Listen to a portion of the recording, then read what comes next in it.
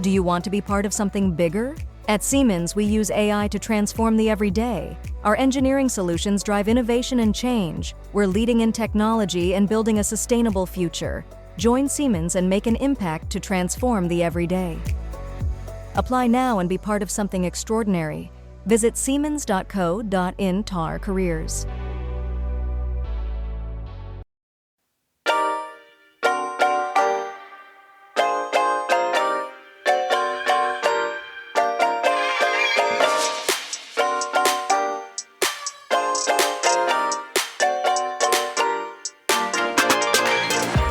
Welcome to the RuPaul's Drag Race Recap Show for Global All-Star Season 1, Episode 2, titled Global Talent Extravaganza Part 2. My name is Joe Batanz, and I am joined, as always, by one felicitous co-host from Burlesque. The thoughts, please say... Turns out it really was inside me all along. To Mr... Oh, I'm sorry, to... Where is it? What happened to it? Oh my god. Did you delete it on accident? No, I still have it somewhere. Could you imagine? Maybe I did delete it. Oh, not good. Well, you can pull the audio clip from a previous No, I wasn't episode. paying attention. Anyway, Roberto Mata. Good morning, Joe. I'm feeling very felicitous indeed. Well, I think you're felicitous. Felicity Robert went to Huffman? the... No, Felicity from the TV show, but after she cut her hair. You know, Robert, Joe. you went to the beach yesterday. I know. And you said you weren't obviously trying to be a thirst trap. And then you post this Instagram story I thought it was funny. with the sun over your shoulder. And you're like, love this bitch. Wow, I really am laughing hard at myself, but I'm also laughing at you bringing it up. Why? Did it offend you, Joe? No, it didn't offend me. It's just, here's what offends me. Is just It didn't be show honest. any of my body. Just say, I'm going. It reminds me of the post you had from wherever you went in South America or Central America, where you were like, ugh, the something's not even centered or whatever. And then you have St. this Bart's is in the Caribbean. So I don't remember where you went. This thirst trap with your ass in the air, just ready for anyone to come in and take advantage of you. And the muscles are showing. And No, they weren't. If you got, okay, girl, let's say I get my way, right? And I get the body of my dreams, right? Okay. You don't think I'm going to be on this fucking TikTok or Instagram all going to, oh no, my shirt fell off. You don't think I'm going to be doing that shit? Well, that's you are projecting that on me. I feel like if I were to go to the grocery store and like spend a couple minutes picking out stone fruit, you'd be like, oh my God, Robert's just looking for attention in the peach and nectarine aisle. Girl, you are fooling. I can't do anything. You're fooling I'm no not one. I'm not trying Oh no, to. I found it. I don't know how I lost it. It's right here in front of me. Oh, yes. What does he have to say? Roberto Mata. Yeah, exactly. That's how I feel. It was a very blurry picture.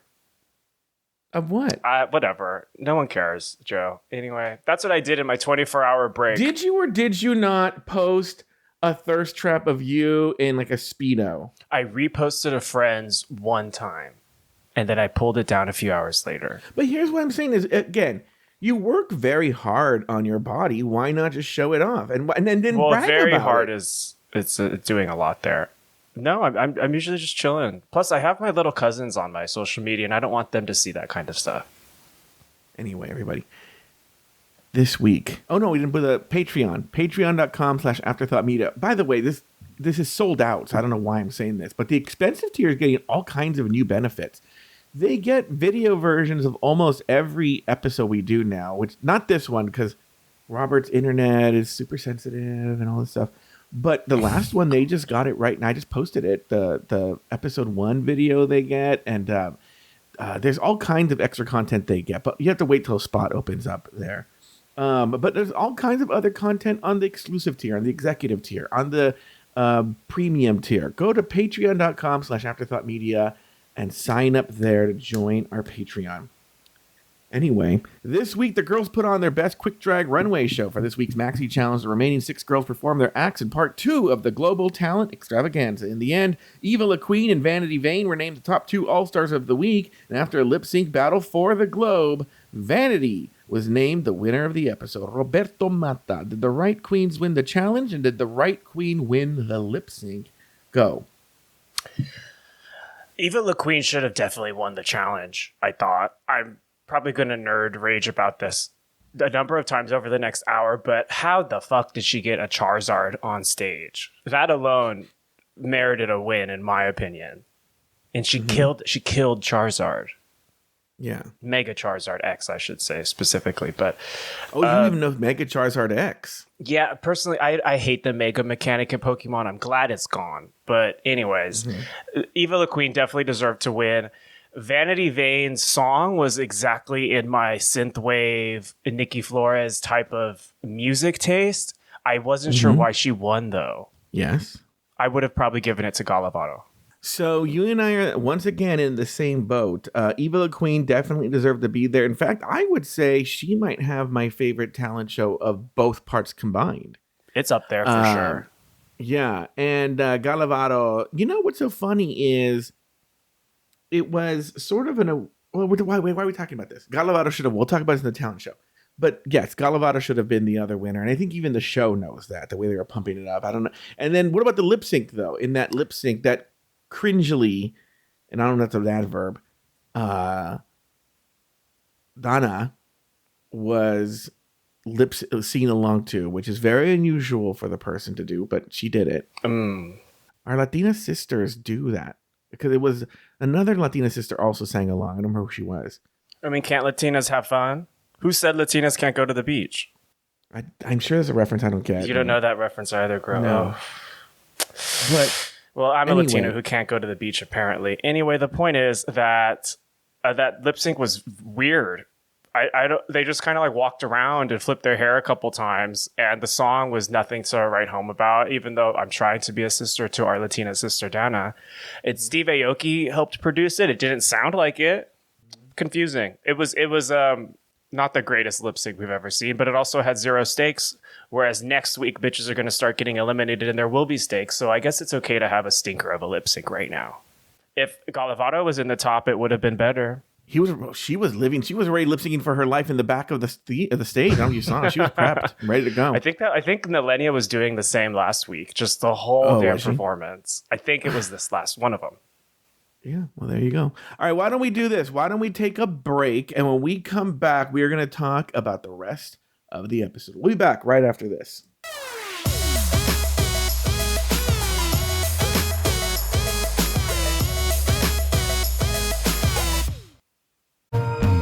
Hi, Bald. It's me, Trixie Mattel, skinny legend and board-certified HVAC sommelier. And me, Katya Zamolodchikova, the sweatiest creature in showbiz, reminding you to subscribe to the Bald and the Beautiful podcast. Listen as we cover topics as varied as proper bidet usage, celebrity impression tutorials, and a television show I recently watched that I'll base my entire personality on for 6 weeks. As well as creative pest control, tasty limeade recipes, and fun sex act trend. We also chat about boobs and movies and wigs and stuff, which is obviously the public service part of the podcast. So get ready for screaming, cackling, and some occasional educational moments as 2 massively unqualified queens talk about what it's like to be the epitome of fabulous. Go subscribe to The Bald and the Beautiful with Trixie Mattel and Katya Zamolodchikova on Apple Podcasts, Spotify, or wherever you're listening right now.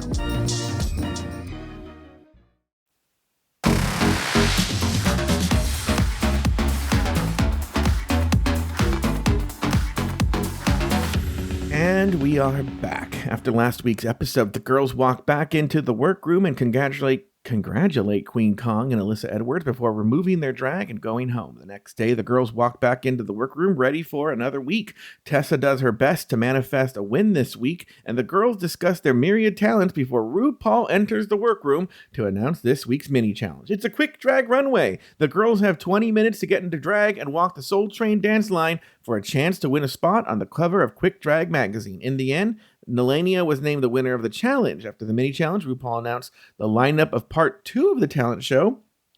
And it was as follows. It was Eva La Queen, Galavado, Nehellenia, Pythia, Tessa Testicle, and Vanity Vain. Roberto Mata, your thoughts on... There's really not much to talk about in that teaser before the title sequence, but did you have any thoughts on that or what happened in the next day? Yeah, not too much happened, but I think very, very, very minor story beats happened, like Tessa and Alyssa interacting, which I think is going to be a constant of the season. They're already kind of coming to very light drag queen shade with each other, so I think that's fun. I noticed that every single time Gallavano has a confessional, they put on sexy time music.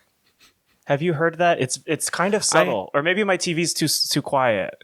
I haven't noticed that, but I did notice something else, but go ahead. Oh, what'd you notice? Well, during the mini challenge, I was like, this is offensive. I think people just don't take Mexicans seriously. When Gallavano did her thing, RuPaul goes, cha-cha, bitch. Yeah. I'm like, that would be if Nehellenia came out and she went, it's a me, Nehellenia. I give Nehellenia some time. I'm sure at some point RuPaul's going to be like, it's a me, a pizza. We knew coming into a Global All-Stars season that this is, they're going to talk about Eurovision with the Swedes, baguettes with the French, just all the...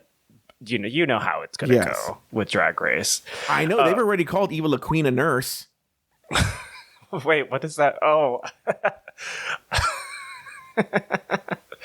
I don't even... That stereotype's not even, front of mind for me. Anyway, it is speaking on stereotypes further and what I mentioned with the Colombian pit crew, did you notice when... RuPaul introduced the pit crew member who's a photographer, and Kitty has a confessional where she's like, oh my God, where did they find this bloke? And then it cuts to the guy and it's the most average,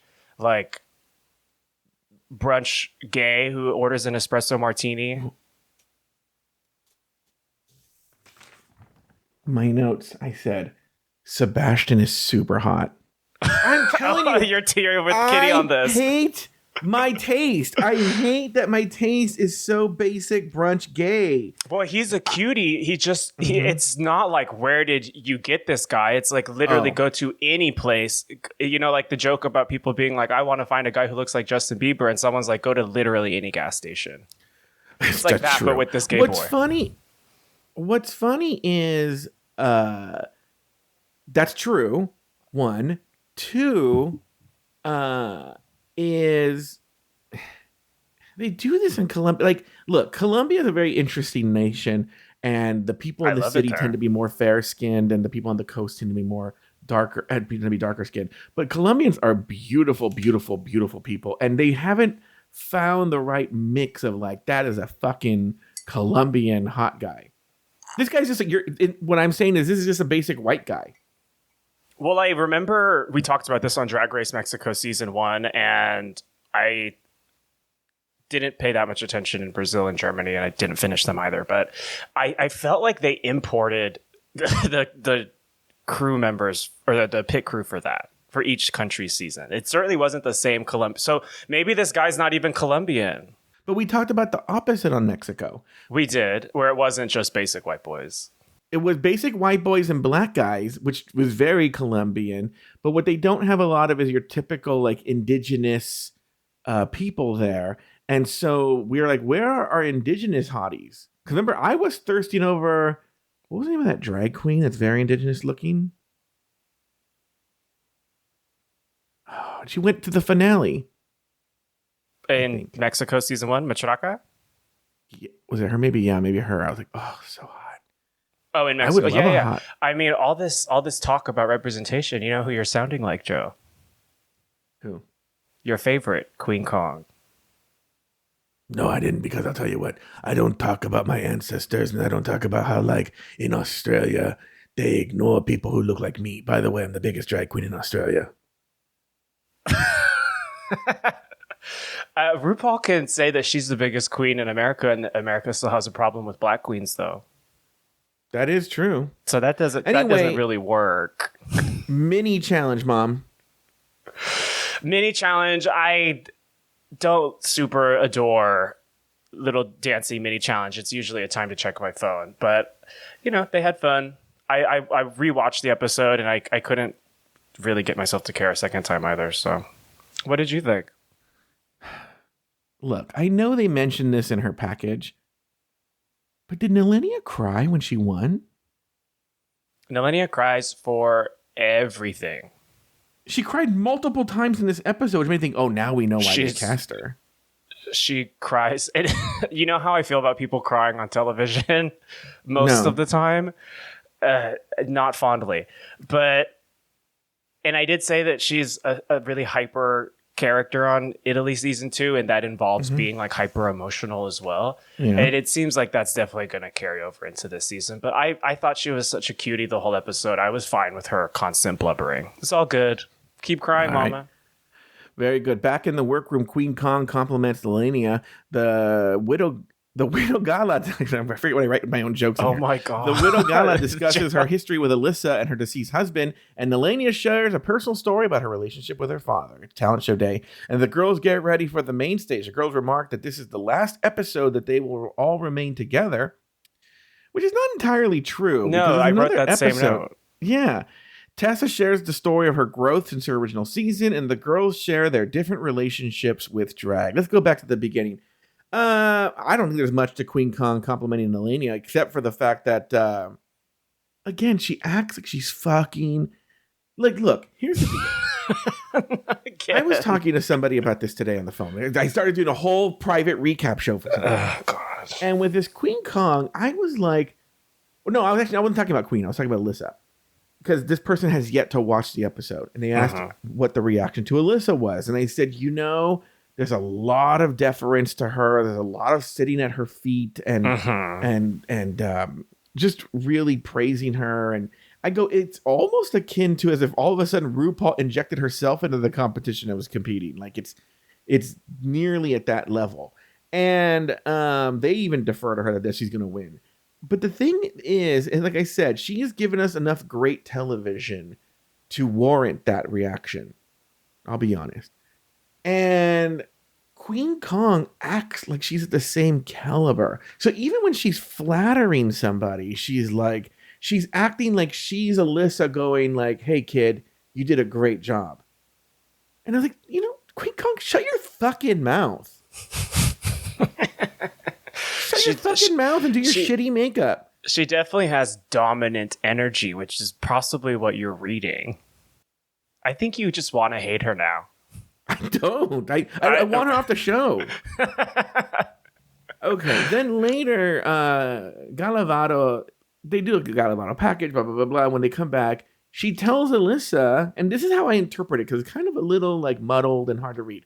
But I get the impression that she tells Alyssa that Alyssa was in the very first drag show she ever saw when she came through Guadalajara. Mm-hmm. Is that what she said? That's what I got, but that doesn't even totally make sense.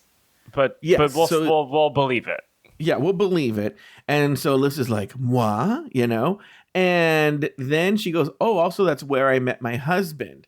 Which is sort of, she should have. What a day. She's giving us great television, because then she says, that's where I met my husband and we fell in love and yada, yada, yada. And then Alyssa's like, oh, and how is he or something like that? And she goes, he's dead. He's dead now. You know, what's funny is that a lot of times people ask me about my exes and I'm like, oh yeah, they're dead now, but it's okay. And then I never realized that sometimes people think that, oh, maybe they are actually dead. Yeah. But hers seemed to be actually dead. No, I think she said he really died. I believe that too. I'm astounded that it didn't come up once in an entire season of season 1 of Drag Race Mexico.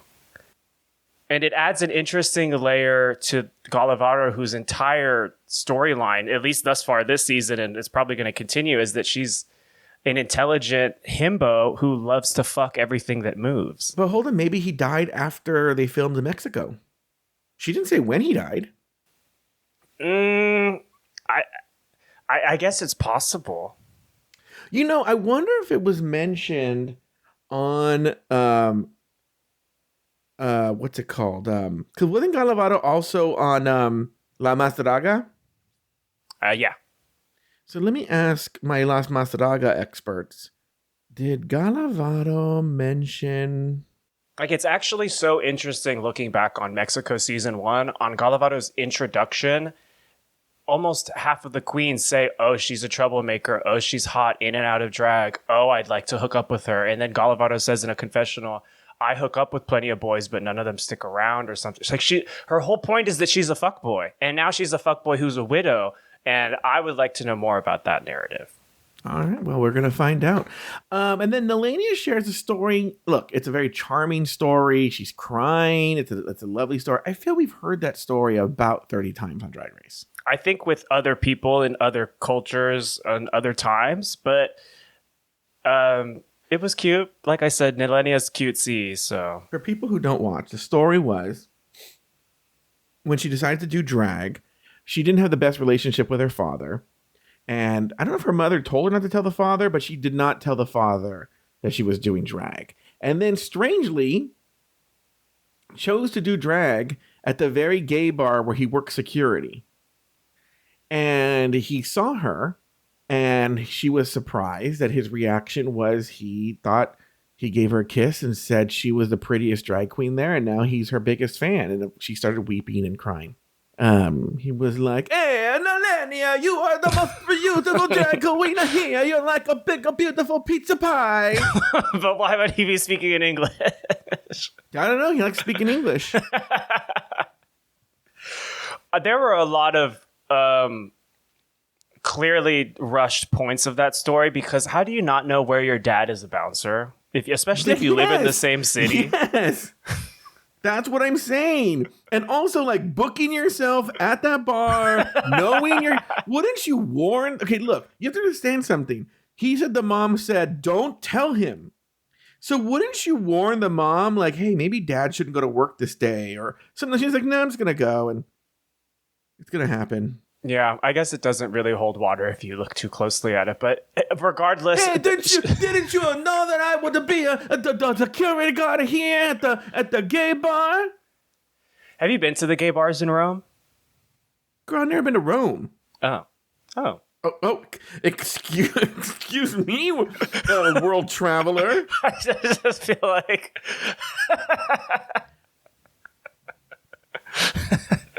It's surprising to me. So like,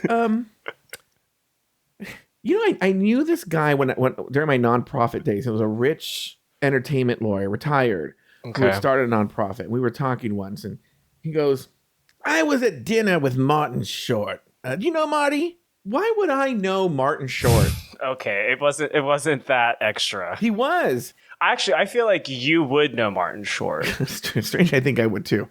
So it's very like if Robert was like, "Ugh, this reminds me of one of those sandwiches you get in the Hamptons." You've been there, right? The Hamptons? Oh, it was not that extra. You've summered in the Hamptons, haven't you? I'm like, no, I haven't, Gatsby. No, I don't summer anywhere. Well, I guess I summer on the beach here, desperate to grab attention, if you're to be believed. Yeah. Did you get any attention on the beach? Girl, no. So the gay beach, you've been to Ginger Rogers. It's a cluster of pop-ups and tents close to the Rainbow Lifeguard House. Mm-hmm. I walk about a quarter mile south of that. So there are a few straggling gays over there, but it's mostly just me, my towel, and my book. No one's catching eyes at anyone. Have you ever hooked up at the correct name, by the way, for people who want to go, Will Rogers State Beach? Have you ever hooked up there? No, but almost every single time I go into that fucking bathroom, I seem to be interrupting someone's sniffy encounter. Everyone does the big old shuffle and then stares at me the whole time. And then I look back, and usually at that point, I'm a little like burnt and maybe a little toasty. And I'm like, just get me the fuck out of here. There used to be a time in, I told this story on multiple podcasts before, but this is my closest interaction with that. There used to be a time, they've changed it since then, but the big hub for all the LA Metro subway stops was in Union Station. I remember I was going from one to the other, and I really legitimately had to pee. So I went to the bathroom at Union Station, and there are a ton of guys in there. But as soon as I started peeing, I noticed the energy was weird. Mm-hmm. And I was just like, that's weird. And I looked to my right, and the guy standing next to me has now angled himself and is showing me his cock. And I was like, that's when it was almost like The Usual Suspects, when I'm like, I realized that everybody there in the bathroom was all there. It was a huge cruising spot. And I was like, what the hell did I just wanted to pee. I just remember I just peed and like walked out. Yeah, that's me. I'm like, I don't want to. You all get your rocks off. Enjoy your public cruising experiences. It's a lost art form. I'm going to go pee and then go back to my towel. Yeah, we don't do these kinds of things in the Hamptons. We don't do these kinds of things in Asheville, North Carolina. You can't paint me as a bougie bitch when I am a first generation bootstrap Mexican. Girl, Picasso, you've been painting yourself. I don't paint anything. What were we talking about? The talent show day. You want to talk about how they said this? Can you believe this is the last time we're all going to be together? And I was like, I totally took that note. And it's like one of the only things Pythia has said all season. And for her to be the intellectual queen and to just be straight up wrong, I was like, oh, my girl is not living up to what I wanted from her this season so far. Yeah. And Joe's going to talk shit on me for liking this queen. Ugh.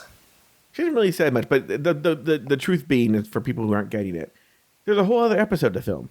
At least 2 more days. Yeah. So they're going to do their makeup at least twice more, probably. Yeah. All right. Let's actually talk about the part 2 of the Global Talent Extravaganza I just said part 2. Let's start with first. Speaking of Pythia, she did like a clown, like a comedy. I don't know. I just called it a comedy performance. I didn't really know what to call it. Some sort of like performance art. What did you think of this? I mean, I thought that Pythia probably sat with the joint and thought to herself, I'm going to do something really subversive and political and do a drag queen story hour and then actually make it vulgar and raunchy. Yeah. But I feel like she kind of stopped there.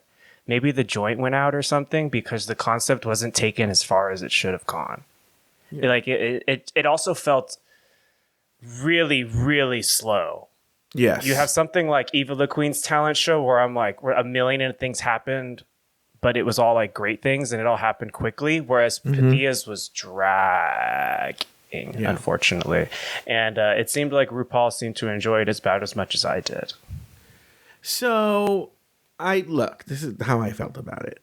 I thought it was stupid. I thought it was silly. I agree with everything you said. But again, she gets bonus points for it not being a lip sync to original song about how rad she is. True. 4 out of 10.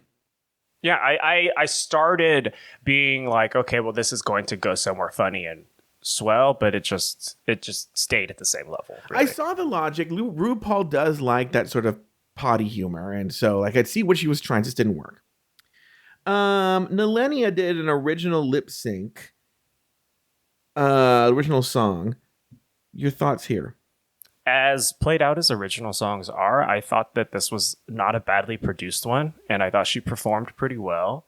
I did think it was interesting, and I'll be looking out in the future, but I felt like I could see her lisp as she lip synced. And that was interesting. I don't know that I've ever clocked that on another queen before, but it was great. So I think this episode really taught me a lot about what I do and don't like, because look, I've made it very clear I don't like original lip syncs. I don't think it's a talent. But I think what I've really learned, because I have a similar sort of fond opinion of both Nehellenia and Vanity Vain songs, but they were just generic pop songs. They weren't like, I'm Nehellenia and I'm the best. All the other bitches better get out the way, you know? And I was like, I think that's what I hate. Because I also liked Alyssa's, and Alyssa's wasn't a bitch track either. So I actually, it wasn't about herself. 6 out of 10. Yeah, 6 out of 10. I would give it maybe a 7 or 8. Not that you're asking me to number. No, but because she had a fire sword, yo. Listen, you're allowed to do this stuff. The reason I said this before is you get very angry when you haven't been warned in advance that I'm going to do something. So if I'm going to give numbers, well, in Nantucket, they wouldn't do this. They would tell me beforehand so I could be prepared. They probably would, because they have manners. Yes. So that's why I'm like, this is what I'm doing. If you want to do it, you can do it, but you don't have to. But you're always more than welcome to give numbers if you want, even off the cuff. Thank you. Next, we have your favorite, Tessa. I did find myself strangely attracted to her. I do find her very attractive. That tracks. Yeah. Tessa Testicle. She did an original lip sync. Your thoughts? I guess it's interesting that you call it that when I would probably say it was more burlesque forward than lip sync, but I love that the editors decided to make this a shade fest about I don't know what she was doing. Yeah. It started off rough because they used the same exact ostrich feather fans for The her other intro that they burlesque did with one. Kitty. Yeah. But I feel like they hid Kitty well, whereas they did not hide Tessa well at all. So it just started off crunchy and the crunch never stopped. I thought it was funny though. Not like in a way that was intentional, I'm pretty sure though. It was not good, and it was edited for us to know that it was not good. 3 out of 10 is what I gave it. Eva the Queen. What do you think here? I think that the most I laughed throughout the entire performance because I loved it all. Again, Charizard on the main stage is fucking crazy. But Yeah. the thing that made me laugh the most was when she went to the rice cooker and Texas ass Alyssa Edwards in the background was living her life. She could not wait to laugh at a basic ass stereotype like that. From Mesquite, Texas. She was getting her life. It was so funny to watch. I'm telling you, I was very, very, very happy with this number. This is what this is the stuff that I'm looking for, kiddo. It told a story. It was dancing. It was fire sword. It was, someone in a balloon Charizard outfit. It gave you everything. Funny, humor, teaching something. It was great across the board. To me, it was 9 out of 10. The winner, I don't know why I didn't even do 10, I'm going to say the best one of these 2 episodes. Dare I say, maybe one of the best variety show talent extravaganza, eleganza things I've ever seen. Wow, so you are really into sword fighting right now.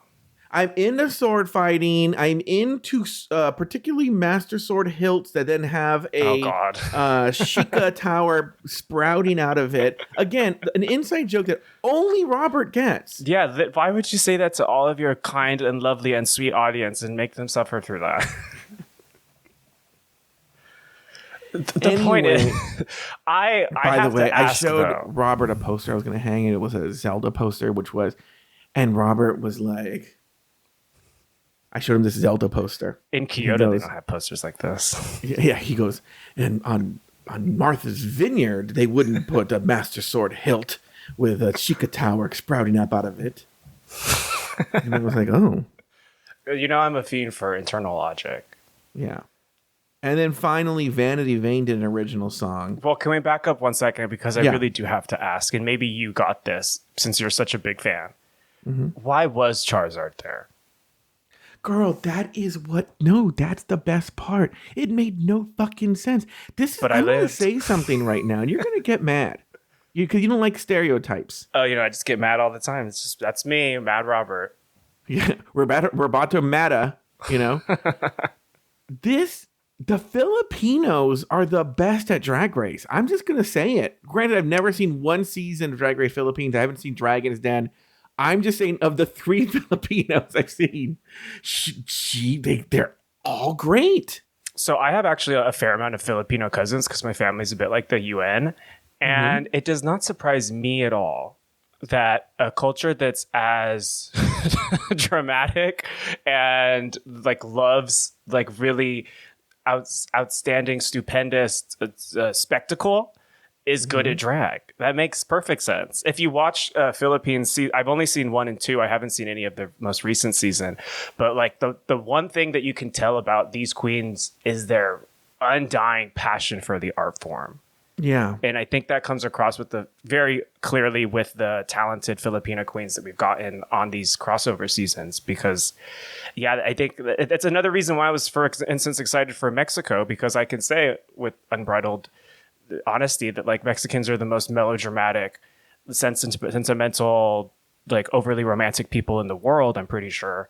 So therefore, their drag would also be insane. It's ridiculous. Well, not to get too heady about this, and it's probably a conversation Robert and I would have off the air. It's one of the things that people that I've talked about this, other Mexicans, obviously, is I can only speak to Mexican culture because I'm Mexican and I'm Mexican American and I know that culture. But what I will say based on what I know of that culture is they are some of the funniest, fucking most absurd people. And I think it is a version of humor that is very untapped. It's been sort of ignored. And when someone finally finds a way to tap into it, they will be very, and when I say tap into it, I mean tap into a way that because there are people who do tap into it, but it's specifically for Mexican people, or Mexican Americans specifically. But if someone can find a way to make it more universal, it's going to be insane. And what are your thoughts on Fluffy, Gabriel Iglesias? Well, you see, I have, because of my time in stand-up comedy, this is going to be the negative side of Mexicans. I've never heard anything negative about him as a person. I do know his person. I do know him as a person. How do I put this? I'm only going to speak to other Mexican Americans. I'm going to speak to you, Robert. Okay. I thought you were already. When you see no, I'm actually talking to. I'm sitting right here. You didn't know hey, that? Like, what's that's up? why. But that's why I'm always looking over to the corner. I'm talking to this person. Oh, I thought you were like telling your Pikmin what to do or something. No. When you look at Fluffy before he opens his mouth, there's a certain kind of Mexican, Gabriel Iglesias, who we're talking about, by the way, that he looks like he would be. Just sort of like the he brings angry, a grill to the tailgate at Dodger Stadium. Yes, and that's kind of like, hey, bro, what are you doing? You know, like that kind of guy, right? But, then he goes like, I'm Fluffy, right? And does his whole shtick. But from what I happen to know is that his real personality is closer to that. Not that he's mean. I'm not saying that he's mean. I'm just talking about his overall demeanor. He's not fluffy. He's more like, hey, you want got no salsa? He's closer to that, right? Okay. And so from what I know about my stand-up comedy days, I did not participate in the Mexican American comedy scene. From what I understood, it operated very much like, and please excuse the comparison, like a gang. Oh God, right? I knew this was coming. Girl, look, facts are facts, America. Facts are facts, America. But that there was a hierarchical structure and you were not to violate that structure. And that, you know what it reminds me of? And maybe it's a thing with Latinos. It's what you used to hear about the Puerto Rican drag scene, about how they would internally choose who got to go to submit for Drag Race, Yeah. And it was sort of like that. There was a hierarchical structure and you were not to violate that if you wanted to succeed in that arena or in that space. And so, it's a weird perversive way of doing respectability, but yeah.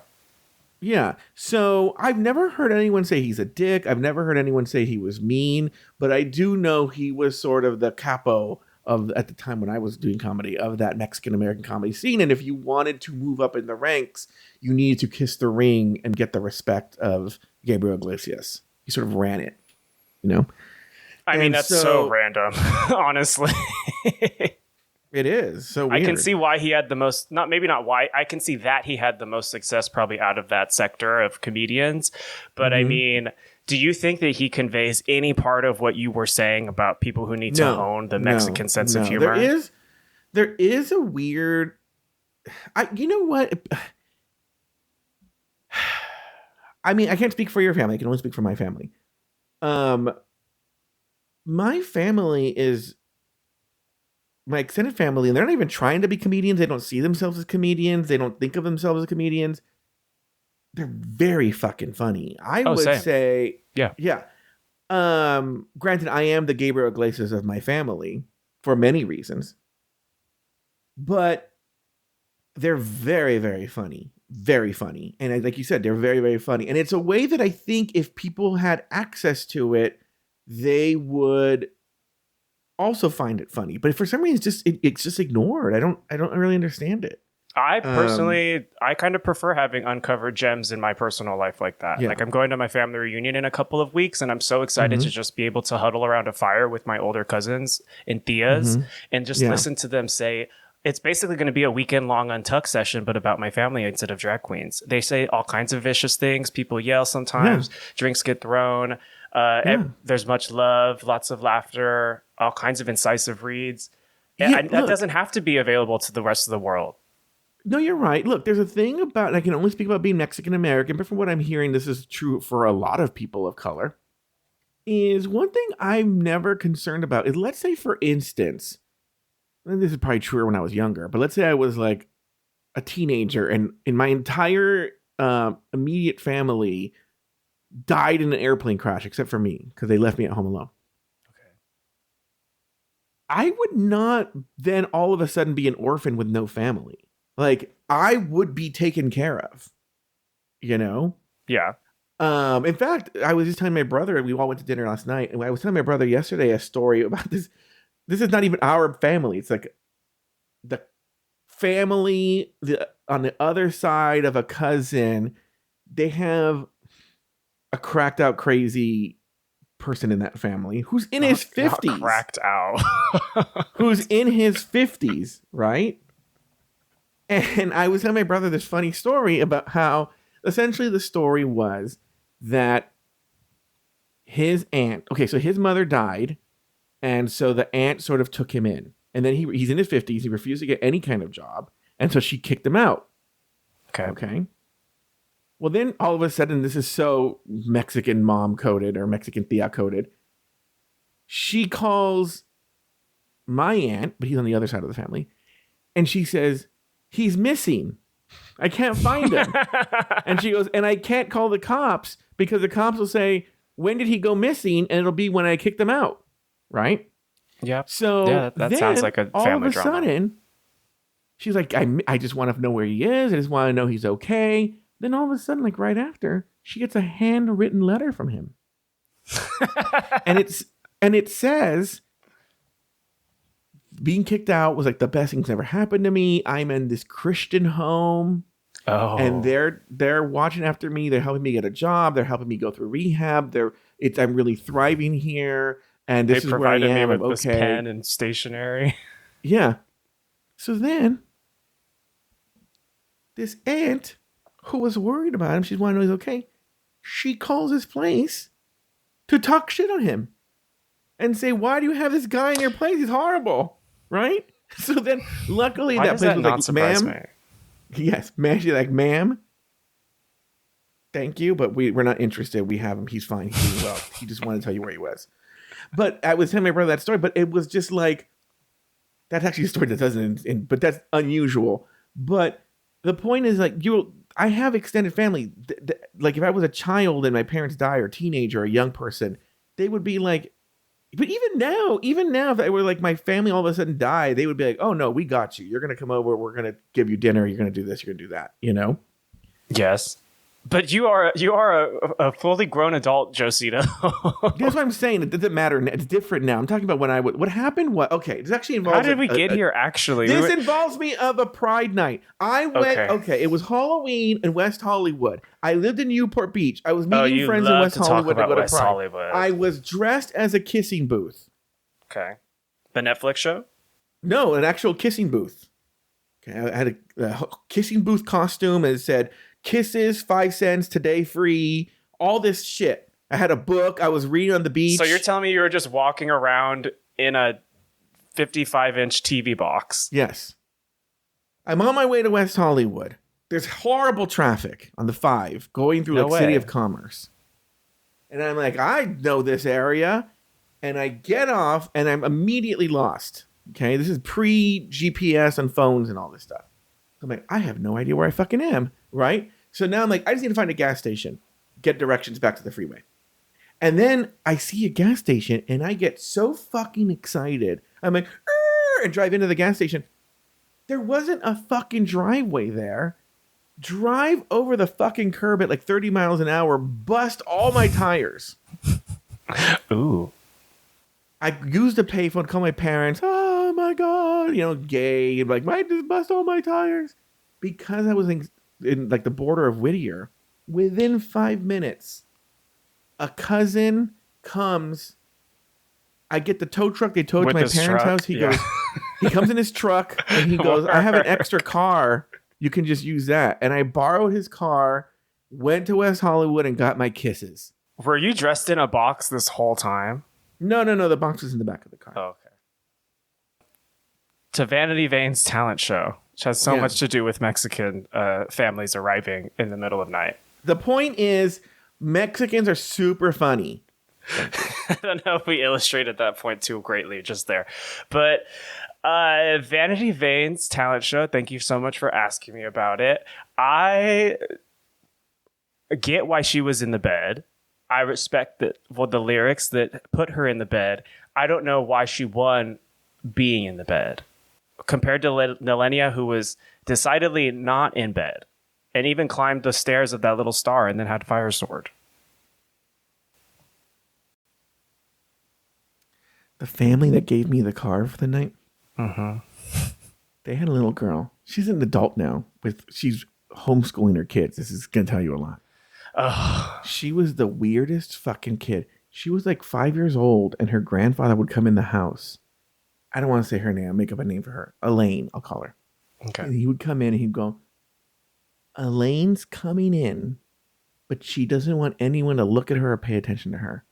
All right, we don't give a shit, right? And then Elaine would come in, 5-year-old girl, with a paper bag over her head. And she'd spend the whole party walking around with a fucking paper bag over her head. I don't know why you say that in a hushed tone. Like, that's not She's right literally here. you. Oh, I wouldn't walk into a room with a paper bag over my head. What are you talking about? You would. No. I would not. I'm certain of it, actually. If there was a 5-year-old girl who walked into the room with the bag over her head, I would expect a Scooby-Doo moment and rip off the bag, and it would be you. I was the 5-year-old girl. I was Elaine. Vanity Vain, original song. But it wasn't live, but she was holding a microphone, which was really weird. Let the girl sing. 6 out of 10, I gave it. I didn't love it as much as everybody else did. I would have given it a much higher score if there was a saxophone solo. An 80s inspired synth song demands a sax solo, even if it's overdone. Yeah. All right. The runway. Money makes the world go round. Your thoughts on this? This runway category made a lot more sense than last week's Garden of Eden. Yeah. Which still, I'm still wondering why the fuck was there an English rose in the Garden of Eden? I was thinking about it on my drive to the beach. I was thinking about it at the beach. I was thinking about it on my drive back. I still haven't come up with an answer. Does it have to do with the Church of England? Does it have to do with like, I would like to look more into that later. You're going to be bringing this up the entire season. Well, until I get an answer. You're very upset about the English rose. What the fuck was it doing there? And I also realized, why did no one have a pomegranate? Do you think perhaps Garden of Eden was a bigger, I'm not saying a narrow topic, but it was really about nature, and maybe that's what she was going for, like in terms of just nature and flowers? No. I'm just trying to find the logic here. So am I. Unfortunately, I'll probably close my laptop and stop thinking about it because a man's got to work. But anyway, onto global currency as the runway theme, which I think makes significantly more sense as a theme. Mm-hmm. That said, I don't know that any of them were out of the box. I think the best one was Galavado's 50 peso look. You know, it's so funny. I need to ask my Mexican friends. Oh, wait, let me see if I got an answer about Galavado. Am I not one of them? Oh, Carla said she did mention it on La Masadaga. Oh, she did? Yeah. When Galavado walks back, Michelle says, "Dame un peso." Do you think that she? Not really, though. Well, it's $1. I mean, it's obviously it's not $1, but it's their metric. Well, the reason currency. I took it there was I was trying to find out what that comment meant, and I think she's thinking like British pound. So a pound, give me a pounding. Like I was trying to see what stupid, dumb, double entendre she was trying to do. Well, I feel like I've just heard Mexicans just say that in the past. Oh, really? Kind of like how they'll just rant for no reason, just shout out like "Odale," you know, Oh, just like "Dame un beso." But also, I thought for a second Future it was. Joe, can you pull that for a sound clip? Thank you.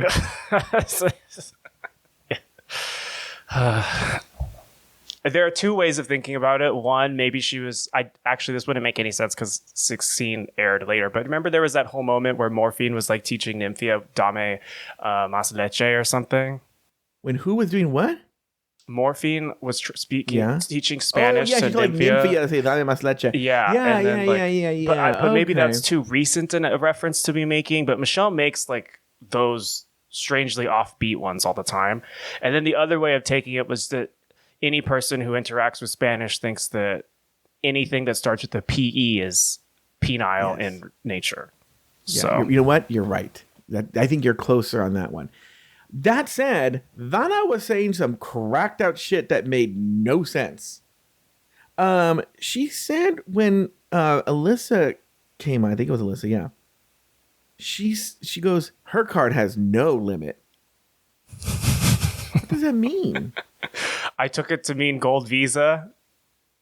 Yeah, but why? And then Michelle went. If anybody wants to know their fake laughs, RuPaul's fake laugh is, that one. Yeah, the very high pitched one.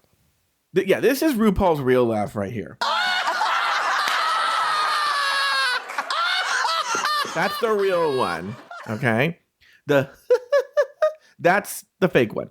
Michelle's fake one is very Phyllis Diller, like ha ha ha, and they both did that to the. Her card has no limit. It's a shame that you don't watch Canada's versus the World. I always say Canada's. Why do I keep saying that? Canada versus the World, because your fave Brad Goretzky, he was doing his fake laugh all this during the Snatch Game, the musical episode, and it literally sounded like a billy goat.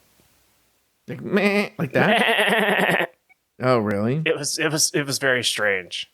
You're not making a case for me to cover Canada versus the World too. Well, we're on episode remaining, girl. Girl, the time it's over. doesn't matter. It's People over. don't listen to this show for like especially for Canada versus the World too. People would be so excited if you and I. Well, I don't know if you want to. If you and I did Canada versus the World too, they'd be so. Even if it ended, they don't care.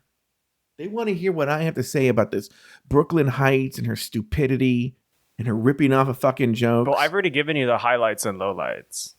That's true. We could even do a shorter one that's not even that accurate like this. We're very accurate on this one. What did you think of Queen Khan's runway? I did chuckle to myself on my rewatch when she said the fabric was cheap but doesn't look cheap tonight. Yes. And I was like, oh, Joe's gonna have something to say about that. No, I wrote it down. I go, no, it still looks cheap. It did look cheap, unfortunately. Yeah, I don't know what she's talking about. She goes, you're not gonna believe this. This fabric was cheap. We're like, no, we knew. We knew the entire time.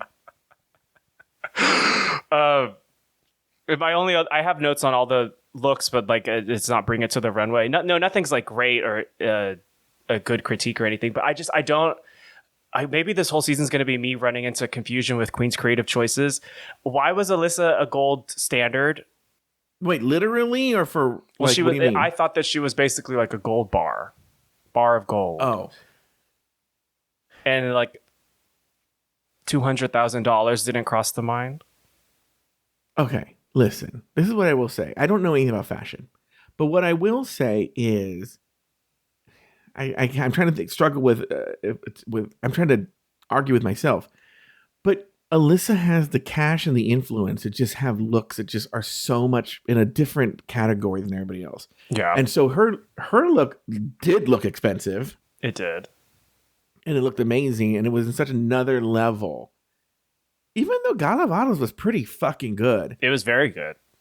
And again, why Gala didn't win, I don't know. With her talent show. Oh, we didn't talk about her talent show. How did I skip over you're that? right. We did skip it. Well, let's talk about it now. I did skip it. I'm sorry. She did pole dancing. Listen, I never understood the appeal of pole dancing sexually as a turn on. Until I saw that one. It was pretty very good. hot. It was pretty good. The music was a large contributor to that, I think. And also, because Gala's hot. That too, yeah. No, comparing it to I've talked shit on this performance before, but that's because I to this day, I think it's one of the worst talent shows ever. But do you remember when Shea Coulee did the pole dancing in All Stars 5? And it was like literally a toddler running around like a firehouse pole. Yes. Just with fucking knee braces on and just, or knee guards or whatever they're called. It was just really bad. This was a much better version of that talent. Yes, and it was actually very sexy. That's why I said I've never understood it. I still don't understand the logic of how pole dancing is sexy. Like, you know when it says, like, when they'll say, like, particularly about a woman, they're like, oh, she's very flexible. What the fuck does that mean? Like, have you ever been to Jumbos? I have been to Jumbos, but like I still don't understand what that has to do with like why that would be extra sexual. I think You because like straight short men are guys. used to the tease. But here's the deal. This is where Because I don't find with this. stripping hot. No, I don't find. I think that I would rather look. Here's the deal. Okay, I want to go backwards. I would never pay for sex. It's not even some sort of moral thing or higher ground. It's more that I need to believe the person is into me, and the fact that if I'm paying them, I know they just want to get the fuck out of there as soon as possible. Yeah, the jig is up. Turn off, right? But if I didn't have that, I wouldn't mind paying for sex. Okay, let's take it back. That's why I'm going to say, well, why not just, if you're going to blow all that money on a chick to just rub her ass up against your dick, well, just drop that money on a fucking whore and get a prostitute, on a sex worker. Maybe so. Like, why are you wasting all that money on a stripper? I don't get it. I don't get why straight men go with other straight men to strip bars and then just get horny together. What a weird I know. ritual. So here's my question to you. This is going to be an absurd question. I know you like short guys. Okay, you've talked about this, but this is the only way I can relate to pole dancing as making sense in any kind of weird way. Let's say there was a 6-inch guy, and I know you're bigger than 6 inches. You don't have to keep talking about it. Let's say there was a 6-inch guy who was going to do a sexy pole dance on your schlong. Would that be a turn on to you? Why does his dick size matter? No, not his dick size, your dick size. Oh, no, because I don't like being on my back. Oh, interesting. Well, what if you were doing like a plank? There's not enough room for him. You mean no, I'm sorry. Do you mean a plank as in like my elbows are on the ground? Yeah. Girl, who would ever do something like that sexually? What if it's a 6-inch guy? No, I do not like being belly up vertical. Like, I don't like being ridden, for example. Yeah. No, it's not. That's not the way that angles work for me. It's funny that you say that because I often am told straight people this. This is where I think like, well, maybe I'm wrong here. Maybe people will correct me and they like it. I think maybe that's something works in straight sex. And you do see it in gay porn because I feel gay porn a lot of times mirrors heteronormative sex. But I was like, I've never liked that in gay sex. I'm being honest with you. On either side, I've never liked riding a guy like that, and I've never liked being on the top in that position. It's just not comfortable. So, but you don't argue with the fact that you might want to have sex with a 6-inch hot guy. I mean, you keep saying 6 inches. Do you mean like 5'6", or do you mean 6-inch dick? No, I mean literally 6 inches tall. What? That's what I was saying. I'm trying to understand. Oh, I follow you. Okay, so you're saying you want like a Lego figure to be pole dancing on my dick? Yeah, in other words, I'm trying to understand the logic of what makes pole dancing hot. I have no idea. So if there was a 6-inch hot guy and he did a pole dance on your dick with the head ostensibly being the top of the pole, would you find that hot? Is this like The Boys where he sizes up later? Yeah. Well, I'm down to try anything twice as long as it doesn't involve bodily fluids. So, All right, very good. All right, later on Untucked, the girls discuss their feedback, and Tessa thanks Alyssa for the tights. Back on the main stage, RuPaul names Vanity Vain and Eva LaQueen the top 2 All-Stars of the week, forcing them to duke it out in a lip-sync battle for the Globe. The song, Paranoia by Dana. After all was said and done, Vanity Vain was named the winner of the lip-sync. Roberto Mata, any final thoughts on the episode? my favorite interaction this episode was probably when Ru and Tessa were talking, and Ru asked Tessa, do you feel like you're representing Germany or Austria or Switzerland, or what the fuck do you feel culturally? And her response was, I just feel homosexual. And I think that's probably the linchpin of this entire series, is that, or at least this particular show, even if we don't all speak the same languages fluently, we do all speak fag quite well. And I enjoyed that, and I'll be happy to see more global faggotry next week. And I think it's a perfect way to end the episode. That's going to do it for this week's episode of RuPaul's Drag Race Recap. Be sure to join us next week and every week as we continue to discuss, dissect, and deconstruct each brand new episode of RuPaul's Drag Race Global All-Stars Season 1. So for Roberto Mata and myself, Sashay away until next week.